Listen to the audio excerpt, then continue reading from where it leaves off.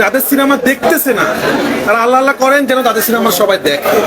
শুধু তুফানের সিনেমা ভালো না, এটা না, এগুলো বলে নিজে থেকে ছোট করবেন না প্লিজ। আমরা চাই না আপনাদের নাম ধরে বা কিছু বলে আপনাদেরকে ছোট করার। আপনারা সিনিয়র ডিরেক্টর, আপনারা ভালো মানুষ, আপনারা কাজ করেন।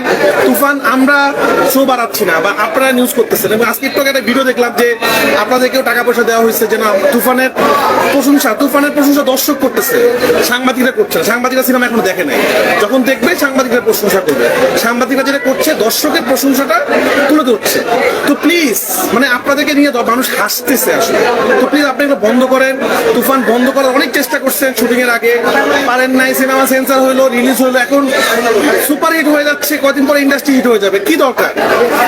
আমার কথা যে ভিডিওগুলো থেকে যায়, ছোট ছোট প্রবলেম মানুষ তো থামতেছে না। সুতরাং আমার খুব খারাপ লাগে এগুলো দেখলে।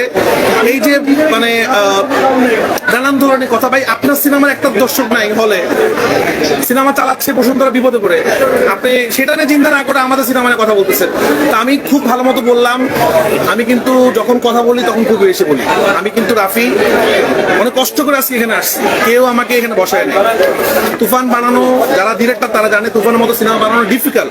আমরা অনেক কষ্ট করে সিনেমা বানাইছি এবং দর্শক দেখছে।